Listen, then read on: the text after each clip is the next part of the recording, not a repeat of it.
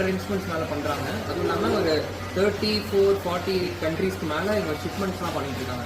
ஏன்னா இவங்களோட சொனாரியம் ஹீலிங்லாம் அங்கே இருக்குது. மெயினாக ஸ்வரமோட ஃபோக்கஸ் எல்லாமே ஹீலிங் இருக்குன்னு வச்சுக்கோங்களேன்.